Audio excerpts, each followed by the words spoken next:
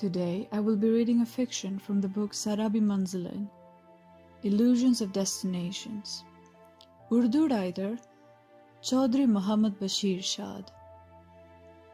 A lot of credit goes to Noshi Sehar for translating it in English. We really appreciate her efforts, as here in TV4U we think that literature should be for everyone. Thank you very much. We welcome all of our young and eager artists that are passionate about English voice acting here in our new program, TV4U and IBS Radio, Superstars English Literature. If you're as passionate about art, especially literature like us, make sure to try and submit your recordings. You never know, your voice might be heard in one of our future videos. Hello everyone, my name is Tsukiko. I'm in charge of the English Literature Department. Today, I will be narrating the fiction, Last Letter. I hope you all enjoy. Last Letter. The Valley of Kashmir is a beautiful and invaluable gift from God to the world.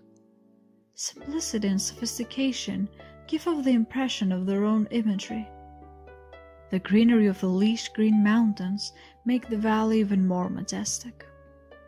Waterfalls provide fresh clean water to the valley as a token of all their love. In the rhythms of the waterfall, the shaped flute sounds so beautiful. Residents of the valley are very hardworking, straightforward, and full of natural beauty. As living in this paradise, they don't have so much to wish for. They are happy with whatever they have.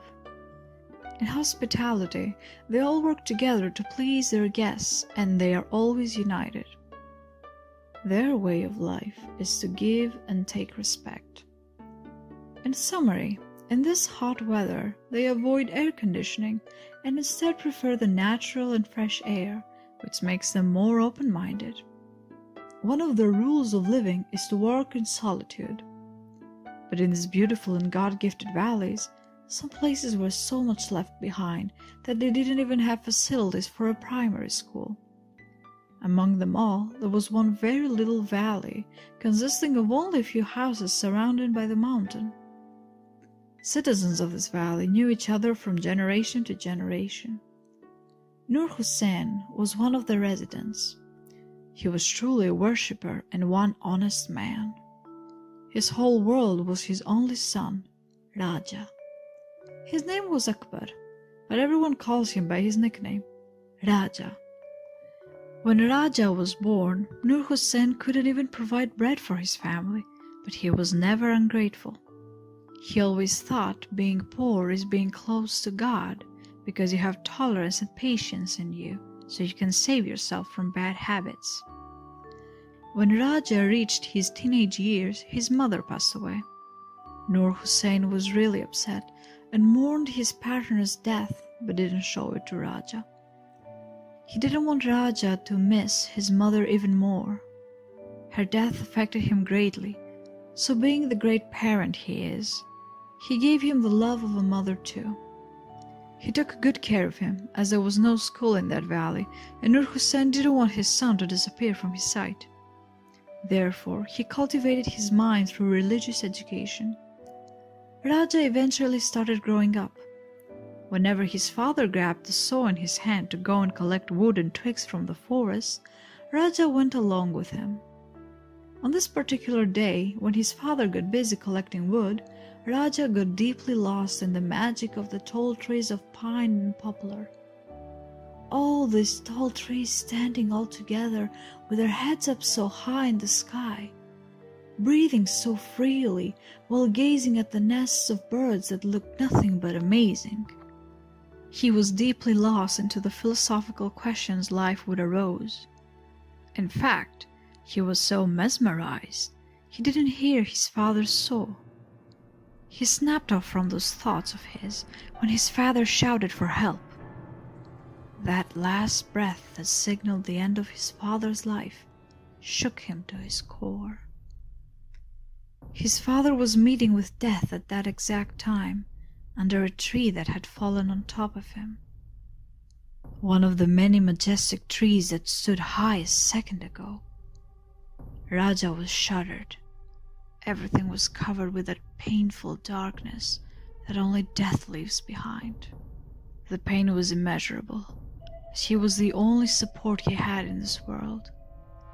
Raja removed the heavy tree from his father's chest, but Nur Hussein's blood-stained body was as cold as ice and as still as solid rock. All of Raja's screams were futile. No matter how much he would cry, his father would never come back. His mourn collides with the hard rocks of the mountain and echo throughout the whole valley. Each and every one of them come back to confront Raja, but none can return his father back to him. He suddenly decides to keep his patience as much as he could, just the way his father taught him, to seal his lips and stay quiet. The one who loved him the most was now under tons of soil. He's just staring into the darkness all night long. He's thinking about his past days one by one. He realizes that he can't bring back those days, filled with that fatherly love he gave him throughout his life. He has nothing to hold him back here anymore. He can't stay for long in this place, and decides to leave the valley. His eyes are flooding in tears when he looked at his house. A lot of the other residents of the valley did feel pain for him. He left in his madness and said his last goodbye to the valley. Only one bus goes to the city. From the assigned location, he got on that bus and looked at the valley for the very last time, only for his heart to start crying silently, but for long. He can now see from the bus so many people carrying lots of wood on their heads towards their homes. He got lost in his thoughts again. What a strange life in this place. People are getting wood and twigs to save themselves in the winter, because when it starts to snow, everyone is stuck indoors, isolated in their own homes. Life becomes still, but they will never leave this place. He wouldn't too, if he had something to hold him back or any form of support. Unfortunately, he just isn't able to cope by himself.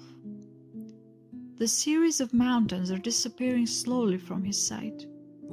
He closes his eyes and leans his head back on the seat. The dimming lights of the city can be seen from afar. I wonder, what kind of life awaits me in the city? He never thought he would be left alone in this world. The bus continued its journey at a certain speed and then stopped at its stand. This was a big bus station. People were rushing, trying to get on with their journey. His wound of sorrow was still fresh, so he didn't quite like the atmosphere. He wanted to continue his journey and spend the night in the bus, get somewhere else in the morning. Without even realizing, he got on the bus that was heading to Rawalpindi. His pocket wasn't filled with money, but he surely had that much to afford for a couple of weeks there. His mind was filled with the thoughts as to how the life in Rawalpindi would be. He spent all night in that bus that instead felt like a roller coaster. He and his thoughts alone wanted to get out of the valley overnight to reach the city and forget about all this. He hated looking at the tall green trees. The goddess of sleep got a grip on him, and sometimes at midnight, although he wasn't very sleepy, he'd peacefully close his eyes for a while. The other passengers were sleeping peacefully and quietly. If any child cried when passing over road bumps, both its parents tried their best to calm it down. He was missing his father and mother. He wanted to cry loudly, just like a baby, but he didn't have any shoulder to cry on. No one was going to wipe his tears. The headlights of the bus were on, indicating the way to the driver, but no light in the destiny of Raja. The journey had to end, and the bus was far away from the valley. It had finally arrived in the Rawalpindi city. The bus conductor was unloading the passengers' luggage. Raja picked the load of his own body and dragged himself out of the bus. He didn't really know where he would go now, where to live and what to do. He had no idea he was walking in bright daylight, since it was all covered within his darkness. As soon as he got out of the bus, the void in his stomach needed to be filled up. He quickly drank some water and got into another bus going to Islamabad.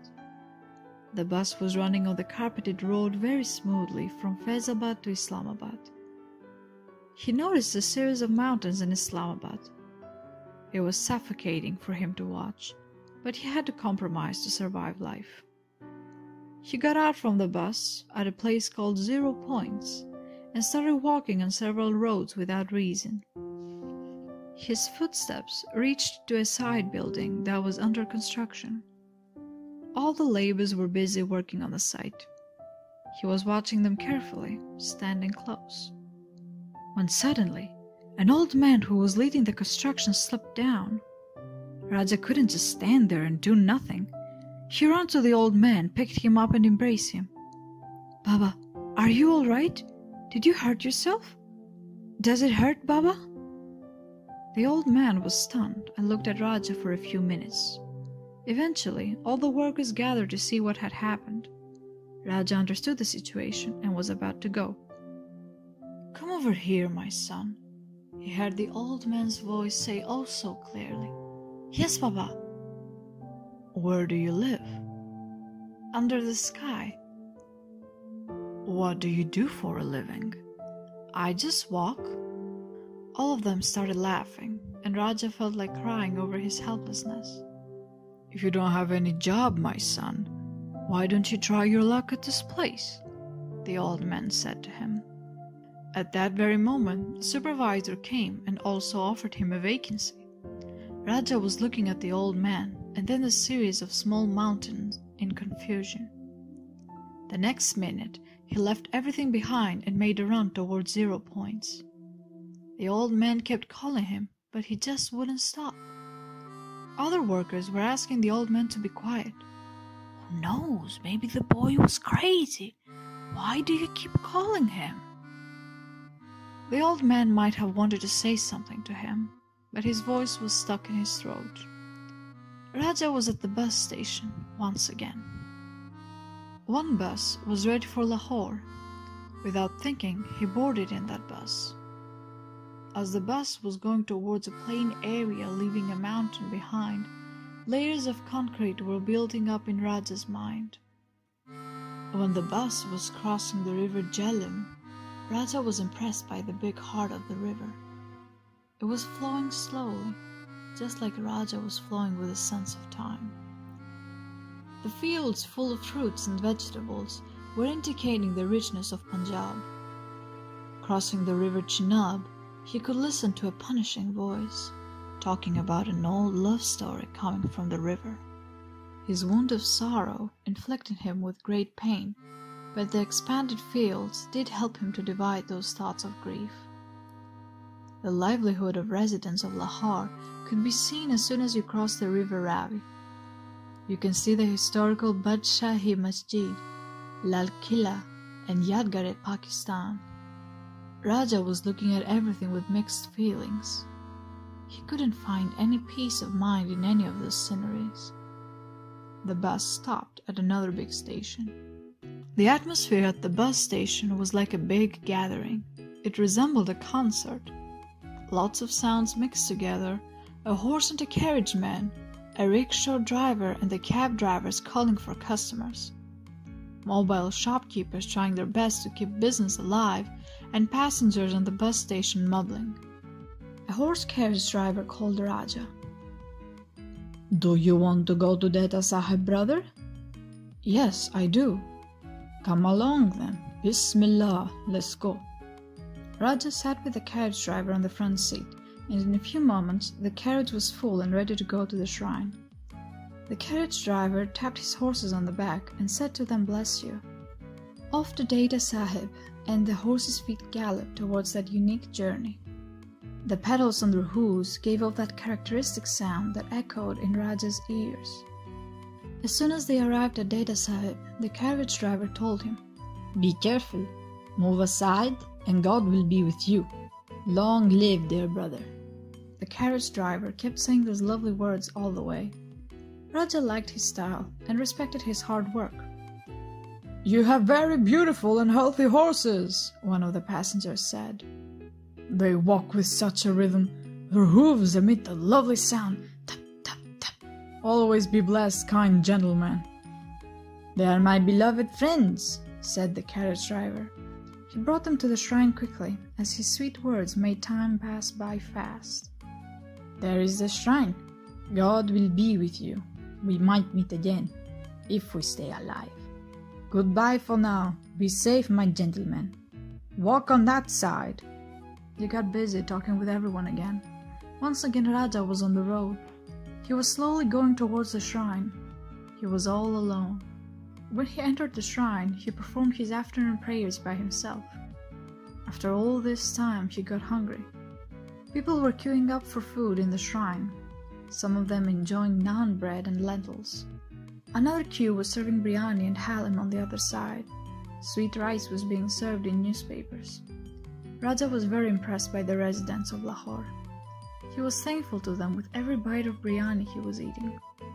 When he finally satisfied his hunger for a bit, he headed towards the queue for the naan bread and lentils.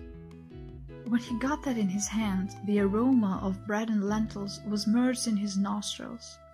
With each bite, he thought much greater of the people of the city.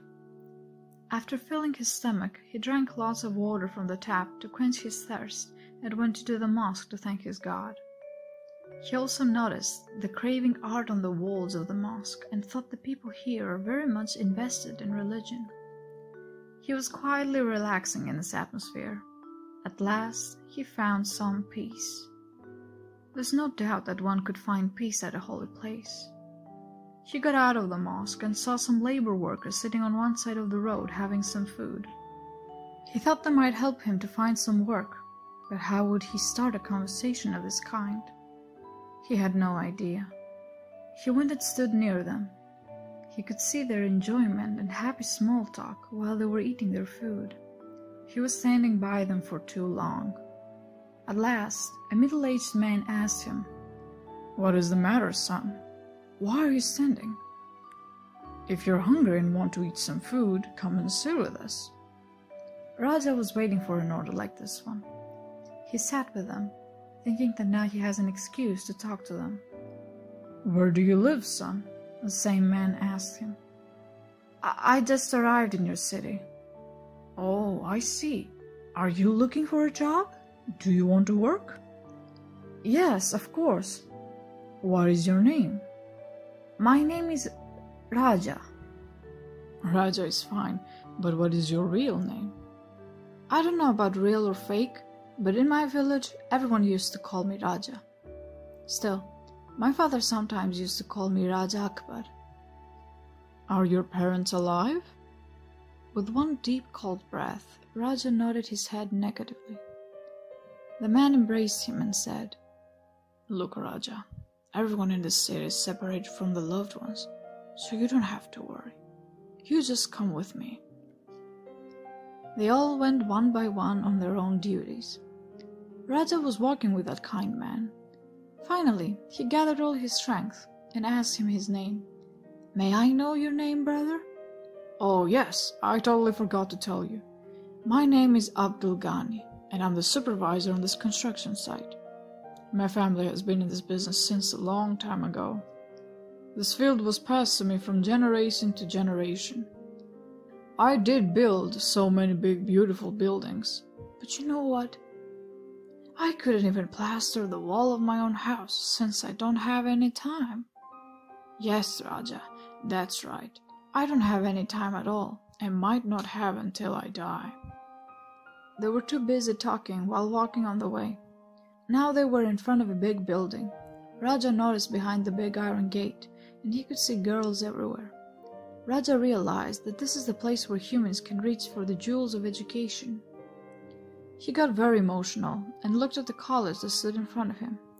"What is it, Raja? Why are you standing still? Someone steps on your brakes, my boy?" Raja realized where he was. In this college, female students pretty much outnumbered the male students. Abdul Ghani had to make a few more rooms for the girls' hostel. He had to get them ready and shown to the local authorities before the end of summer break. "Raja, on which level is your education?" "I can count the bricks with my fingers, sir." "Oh, I'm not asking about the bricks." "Then what are you asking, sir?" Okay, listen. Let me introduce you to some workers who work at this place. We're around 9 to 10 crew members. We work together as a family, and when someone starts working here, everyone tries to help them understand how it all works out. Come along. You're going to see our work, and if you like it, you can be a part of our family from tomorrow. Whatever the job, we will be there and we will divide it accordingly." The school bell rang loudly to announce the end of the day. The innocent faces of children that resembled the pure petal of flowers happily started coming out of the school gate and made their way home. Some were jumping in cars, some were taking a horse carriage, and some taking a ride on a motorbike. The caretaker locked the big iron gate and closed the small entrance too after all the children had left. Then he made his way to his little house inside the school. "Baba?" "Yes, madam?" "Don't forget to lock the school completely tomorrow. It is the 23rd of March, and you know it's a national holiday." One of the school governors gave instructions to the caretaker and then went her way. The caretaker said goodbye to her and came to see the foreman. "You're not working tomorrow, are you?" "Why does it matter? It's a holiday tomorrow, but for you. Our days off are not decided by the law, but from the weather. Only if it rains, we get our holiday. If it's sunny, we keep going." "Oh my God, you have spoiled all our holidays since you started working here. What will you do during a holiday, Baba, at this age? Why don't you leave the job and rest at home?" "Yes, Mr. Supervisor, you are right. Here, you take one key and I will keep one. But bear in mind, no strangers are allowed at the construction site." "Who's going to come during the holiday?" "Some gangsters do come, Mr. Supervisor." "Are you calling us gangster, Baba?" "No, I'm not calling you one. But if you wanted to be one, I can't say anything. Like, is then my Raja a gangster?" "Raja? Who is Raja?" "Everyone is Raja and Maharaja here." "Why are you keeping me here for so long with that sweet talk of yours? Oh, I'm leaving." Abdul Ghani went with him by the gate to see him off and locked all the doors carefully. The laborers started working diligently with consistent speed. Abdul Ghani mined, and Raja is trying to understand what he was mining. But he couldn't understand. He was looking very carefully at them and observing. How could one throw the brick up, and then Abdul Ghani would grab it with one hand, cut it in size and put it on its designated place? He was watching the mixer of sand and cement. He started memorizing the names of tools, and it was evident that he would work with much more ease tomorrow. "Are you all right, Raja?" Abdul Ghani was keeping him calm with the sweetness of his voice that showed itself from time to time. Raja also exchanged a lovely smile to let him know he's fine. As soon as they finished the work, they cleaned all their tools, washed their hands and face to freshen up. Abdul Ghani gave everyone their payment for the day. Their faces were shining with happiness, for they were rewarded for their hard work. Most of them lived together with their fellow workers at the new construction site, so they made their way to meet them. Abdul Ghani looked at Raja and called Akram. Listen, can you take Raja with you today? I will arrange for his food and bed in this place by tomorrow." "All right, Sir Abdul Ghani." He tapped on Raja's shoulder. They both said good night and went their way. Abdul Ghani made his way to his home as well. At a short distance, another building was under construction. Akram lived at this site with 3 of his other friends. He introduced them to Raja. They all shared all the house chores. By noon, the food got ready for all their hard-working and tired bodies. They ate together, and after dinner, they would all sit for a round of tea. When they sensed that instinctive feeling of tiredness again, they made their beds on the floor and fell asleep while listening to each other's life stories. It was only Raja who was under the custody of his own deep thoughts. He was trying to balance his story with them. The goddess of sleep did have mercy on him at last. All of them woke up early with the call of morning prayers. Everyone was on the move. After breakfast, Akram took Raja to work with him. Abdul Ghani gave him the job to get new bricks wet. Raja was putting the bricks in the big drum of the water and getting them out when they were soaked enough. Moreover, he was in charge of making the new walls wet with the hosepipe. He spent almost half a day on this job. It was time for a lunch break, and the shrine was very nearby. They all made their way to the mosque to perform afternoon prayers. At the shrine, their hungry stomach could be filled too. After an hour-long lunch break, the work started again, and in this period of time, tiredness was eased up a little bit. Raja was promoted to another job.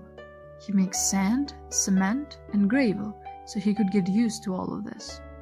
Raja was happily doing the work with Akram. Abdul Ghani said, "Raja, you better take it easy, otherwise Akram will need to massage your hands later." "No, sir. Raja is very strong," Akram answered Abdul Ghani on Raja's behalf. Abdul Ghani made an arrangement for Raja's food and bed at this building site. "Akram, how many are you at the other site?" "I have 3 workers. I'm the 4th one, and Raja is 5th. "That is not good. Why don't you stay with Raja?" "Okay, sir, I will go and let my fellow workers know this." Akram went like a ghost and came back within a blink of an eye. At the end of the day, Abdul Ghani gave everyone their payment for the day. When he gave money to Raja, he tapped his back, kissed his forehead like a father, and said, "May God give you the courage to earn more in a godlike way." Raja felt like his father was saying all that to him.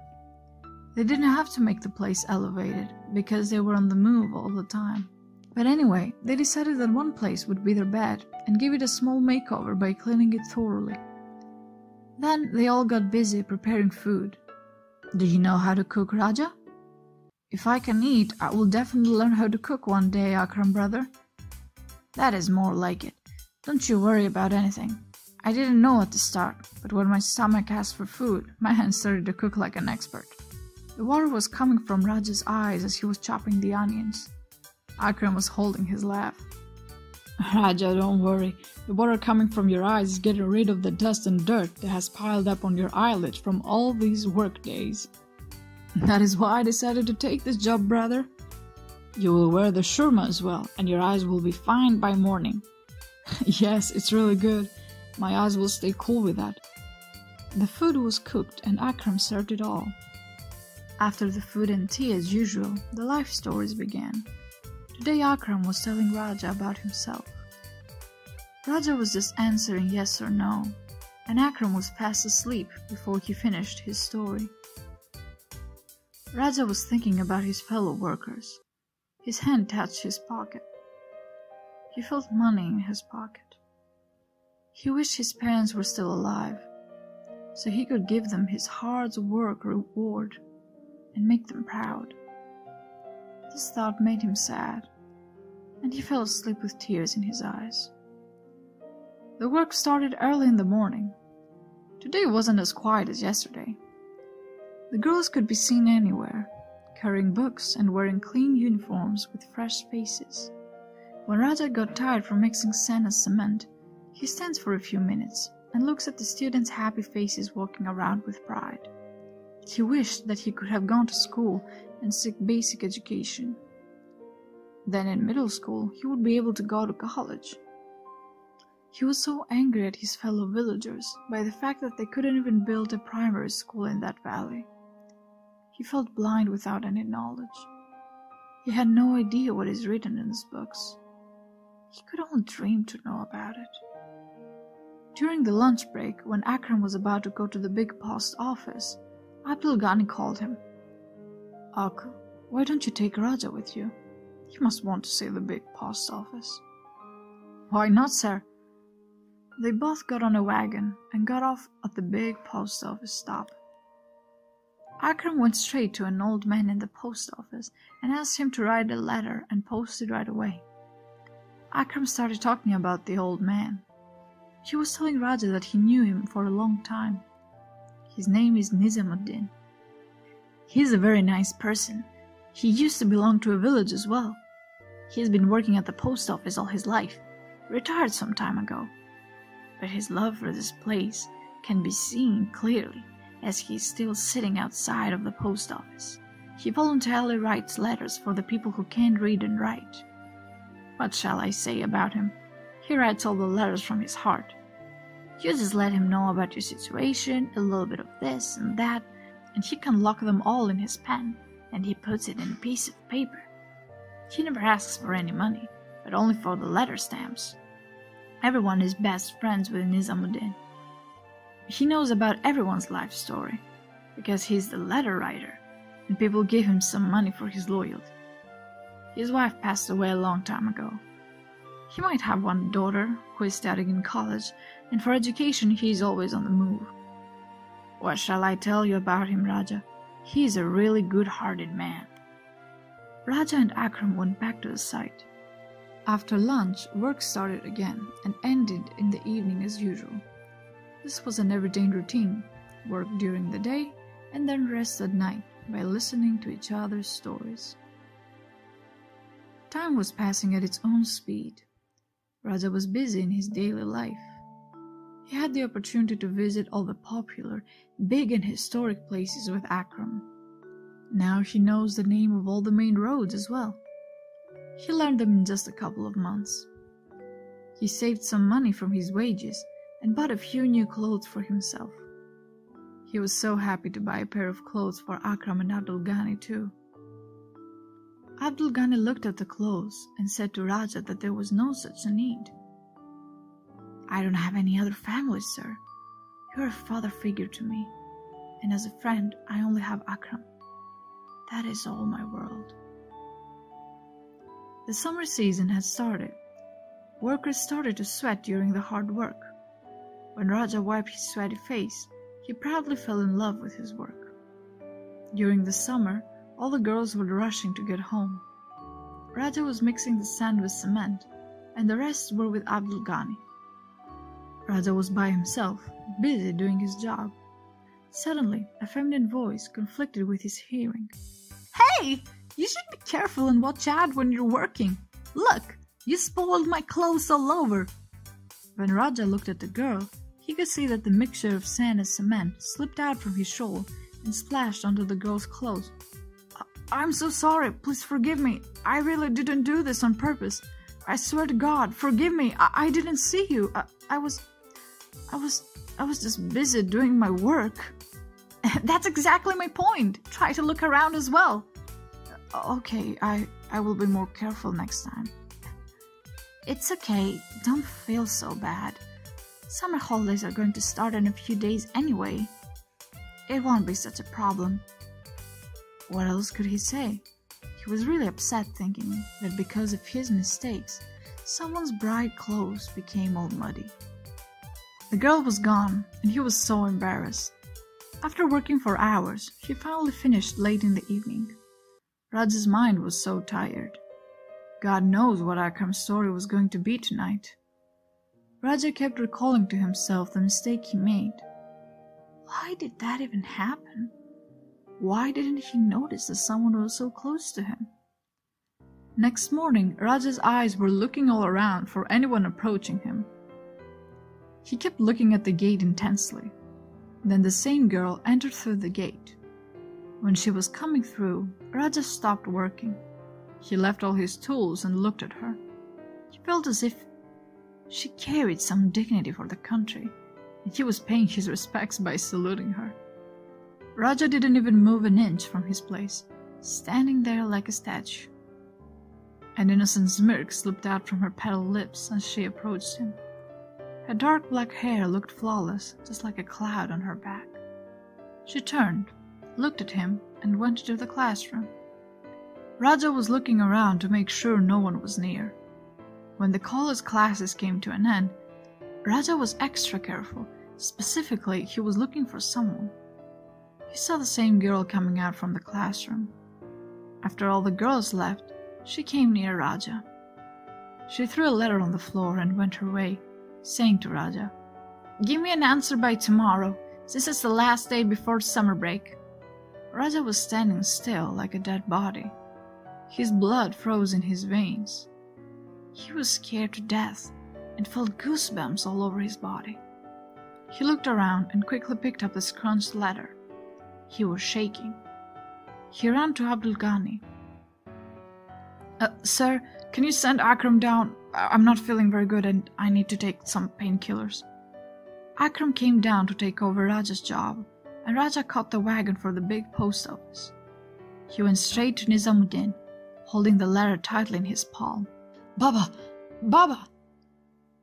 "Yes, son? What is it?" This letter. Can you read this letter for me, Baba?" "Of course, son. Why not? And can you also write an answer?" "Yes, my son. This is why I'm sitting in this place." "Okay, then.